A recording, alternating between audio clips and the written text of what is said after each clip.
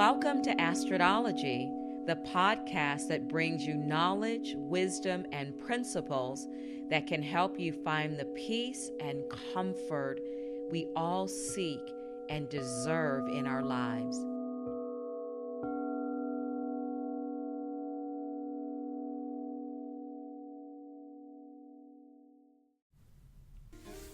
Hi, everybody. Welcome back to Astrodology with Astrid. Thank you so much for tuning in. Today we're talking about the topic is aligning your Dharma to your purpose.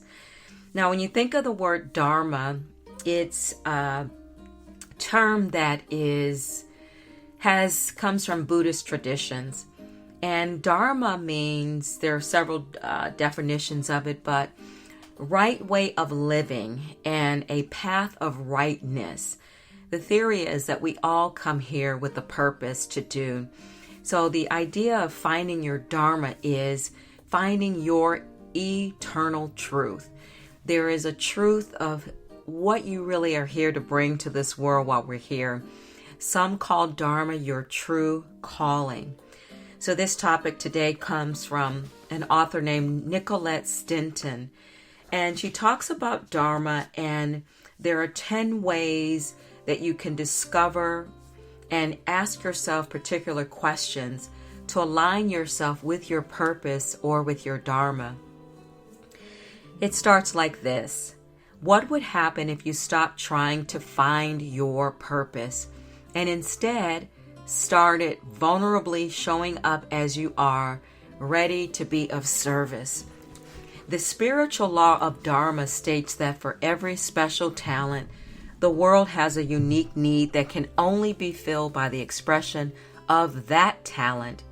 You can make the fullest use of the law of Dharma by committing to serve others through your unique creative expression in whatever form that takes. Now, once you get out of your head and stop pondering what you are meant to do with your life, and instead take action to serve others in any way you can, you begin to align with your purpose. What gets in the way of most people taking action in this way is the courage to go for what they truly want, take chances, and be fully seen. Aligning with your purpose in life requires visibility and vulnerability. It requires pouring your heart into something that means the world to you with detachment and expressing yourself without expectation of outcome. Researcher Brené Brown, in her research on vulnerability, found that letting yourself be seen as well as loving and serving without expectation is key to living life with a deep sense of worthiness or purpose.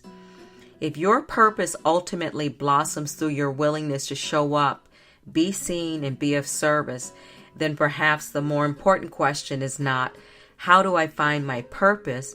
But instead, how can I authentically show up in service for those who need me the most today? So Nicollete Stinton lists 10 things that will help you with your purpose or Dharma. Number 1, be yourself. Here is a chance to use that timeless advice from your mother. Just be yourself, honey, and everyone will love you. The more authentically you that you are, the better chance of you connecting with people who need you most. Plus, it's so much easier than trying to be someone you aren't. Don't put on an act or try to be someone else. Be yourself and share where you are now in your journey with others. Number 2, be consistent. You will create an impact with your efforts to live inside your purpose when you keep showing up even when it feels like you aren't creating any real results. When you keep putting yourself out there in the same consistent way every day, eventually you will hit a tipping point and your efforts will bear fruit. Be consistent is not only how often you put yourself out there, but also in the way you show up.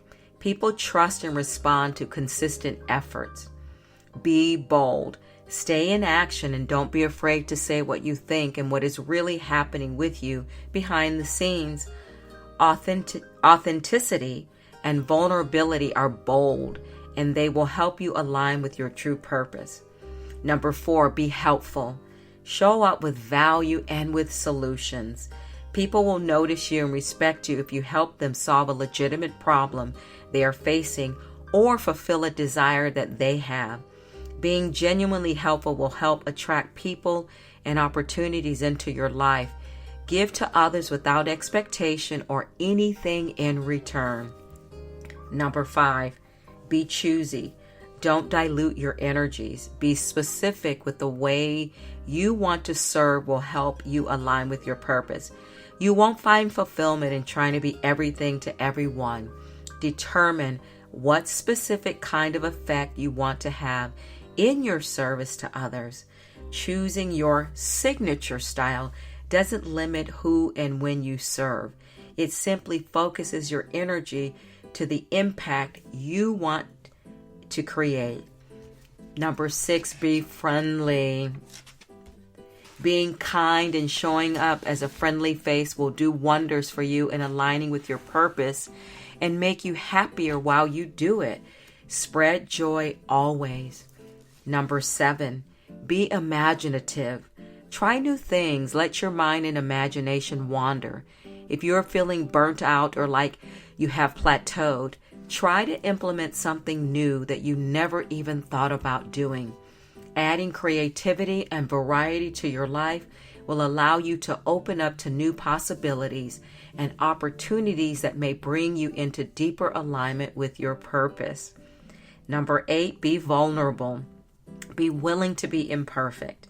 The only way to move forward is to take action and get feedback.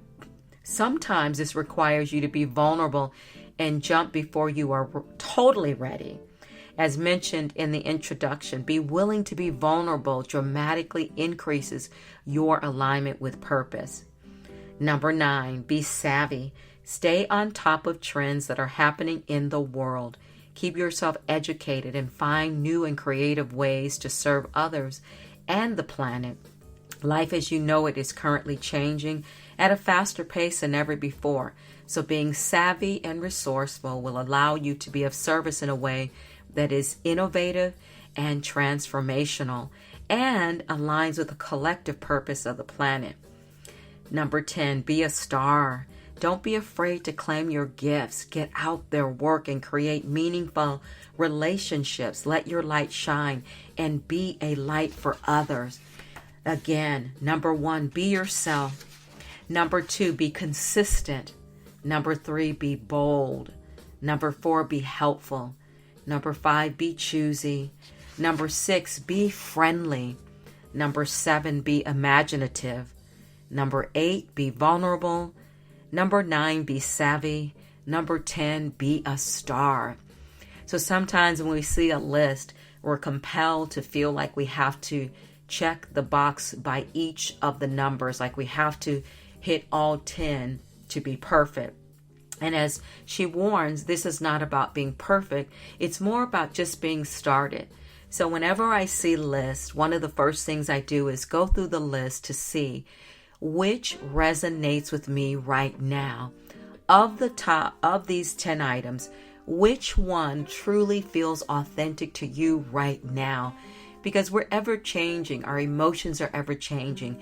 Our experiences keep changing us. So in this moment, what is naturally you? What are you doing already? How about that? Of this list of 10 things that help you connect and find your Dharma and purpose, what is it that you are already doing? So for you, this list may just be a matter of a couple of things. It can be 5 items. But take a moment to really click in to see what you already have underway, and then you're already on the road to it. So one of the things that I have on my notes is principle. I have these principles and I honestly am not sure where they came from, because I pulled this information a long time ago, many years ago, and I'm not sure who to credit this for, so forgive me. But these are principles of life, and there's 8 principles, or actually 9 principles. Principle number 1, each of us can achieve far beyond our horizons in avenues of life we have never explored. Principle number 2, each of us has some basic goodness, which is the foundation for the greatness we can ultimately achieve. Principle number 3, each of us must take responsibility for our actions, our well-being, and the attainment of our maximum potential. Principle number 4, self-awareness, self-approval, self-commitment are necessary for self-fulfillment. Principle number 5, building and maintaining relationships are critical to social development both in the family and the community. Principle number 6, mutual respect is the fundamental element of human relations. Principle number 7, we heighten our own lives and we help others heighten theirs. Principle number 8, planning, measuring, and executing are critical tools in the manifestation of our beliefs. And principle number 9, each of us must model integrity in the making and keeping of our commitments. So principles are more like things that attribute to you. So when someone thinks of you, they say, oh yeah, she's a good egg. She's very honest, or he's a stand-up guy. We've heard these terms before. So it's like principles are things that are heartfelt to us, that we emotionally take on. Self-awareness, self-approval, self-commitment, as this list states, are important for self-fulfillment. And I really believe that the reason we have a lot of confusion and unsettledness in our humanity is that it's so hard for people to focus on themselves. We have one message that says if you focus on yourself too much, you're being narcissistic. And then others say that focus on others and, you will get what you want. But the only expression and thing that we are responsible for, that we really can control, I should say, is our own faculties. How we think, how we feel, how we emote, how we show up in the world. That's the only thing we have 100% custody over. So when people, or if you find yourself worrying about the future, come back to yourself, because in your own hands, you can control your own future. You can control every shift and change that happens in your life. And we forget how our emotions play into it.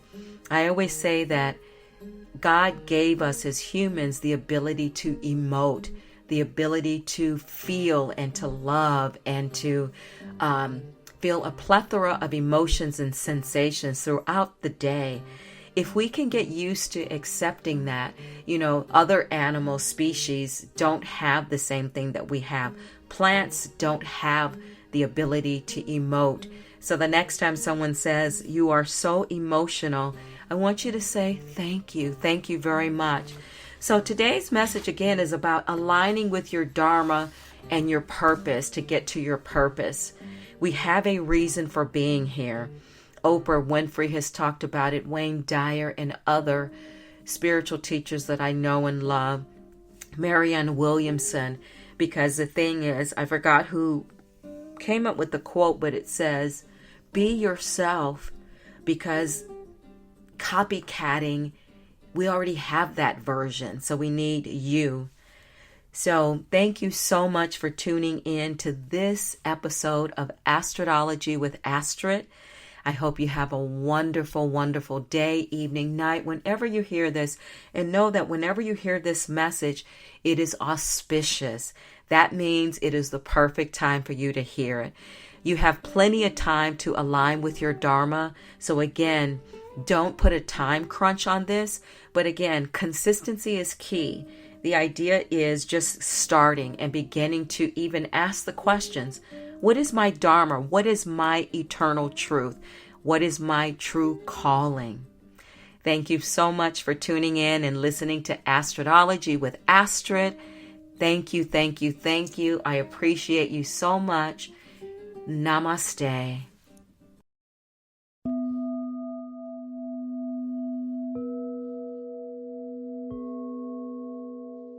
Thank you for listening to Astrodology. If you enjoyed this episode and would like to help support the podcast, please hit the subscribe button and tell your friends about it by sharing this program on social media. You can also follow me on Instagram at Coda Life Goddess or at CodaLife.com. Coda is C-O-T-A, Coda Life Goddess or CodaLife.com. Thank you again for listening to Astrodology, and I'll see you next time.